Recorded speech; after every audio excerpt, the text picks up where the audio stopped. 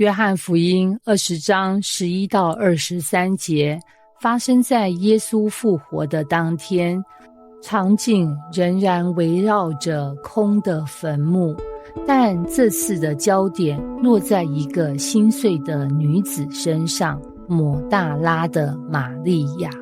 玛利亚站在坟墓外哭泣，因为她以为有人把耶稣的身体偷走了。当她低头往里看时，竟然看见2位天使问她：你为什么哭？就在玛利亚转身的时候，一位男子站在她后面，她以为是园丁，便哀求说：先生，如果是你把他搬走，请告诉我在哪里。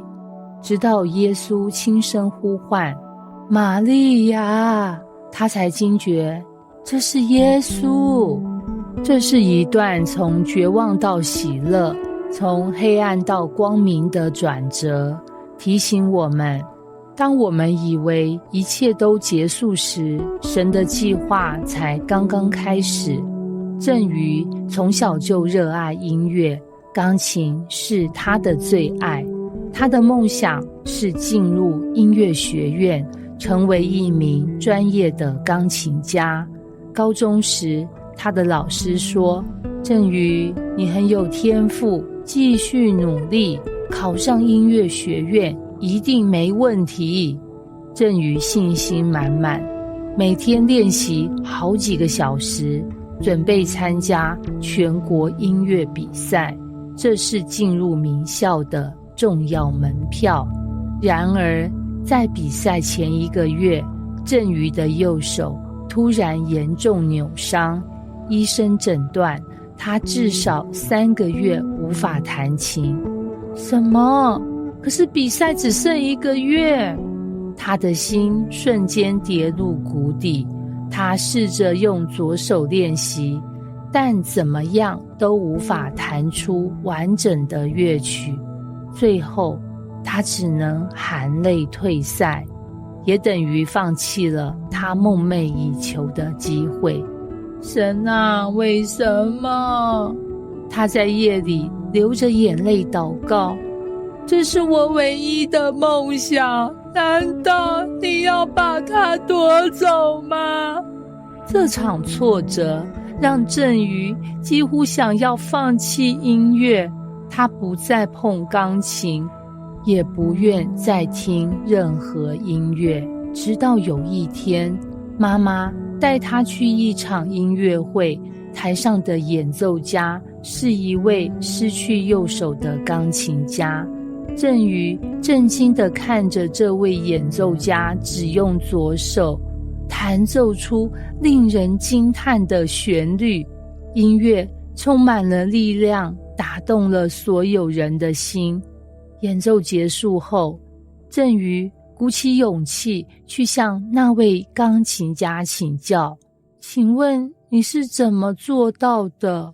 对方微笑着说，当我失去右手时，我以为我的音乐生涯结束了，但后来我发现，真正的音乐不只是技巧，而是心。当我愿意相信神仍然有计划时，我才开始学习用左手弹奏，结果神开启了新的道路。这番话深深震撼了郑瑜，他突然想起自己一直专注于失去的部分，却没有发现神或许要带他走向新的可能。从那天起，他重新坐在钢琴前，开始挑战用左手弹奏。虽然过程不容易，但他学习到了前所未有的耐心与坚持。几年后，郑瑜不仅考上音乐学院，还成为了第1位以单手弹奏夺得全国音乐大奖的钢琴家。他终于明白，那场挫折并非结束，而是神在他生命中的新起点。玛利亚抹大拉原本认为耶稣的死亡是他信仰的终点，但当耶稣亲自呼唤他时，他才发现这不是结束，而是更伟大计划的开始。我们的生命中也可能遇到绝望的时刻，也许你失去了一个重要的机会，觉得梦想破碎了，也许你经历了一场重大打击，怀疑自己的价值，也许你以为神已经沉默，没有回应你的祷告。但这段经文告诉我们，耶稣的复活翻转了一切的结局。当你以为自己站在失败的坟墓前，记得神正准备对你说，孩子，我在这里。当你以为希望破灭时，神其实在为你预备新的道路。当你觉得人生陷入黑暗，神的光正准备照耀你。当你觉得自己失去一切，耶稣的呼唤将为你开启新的开始。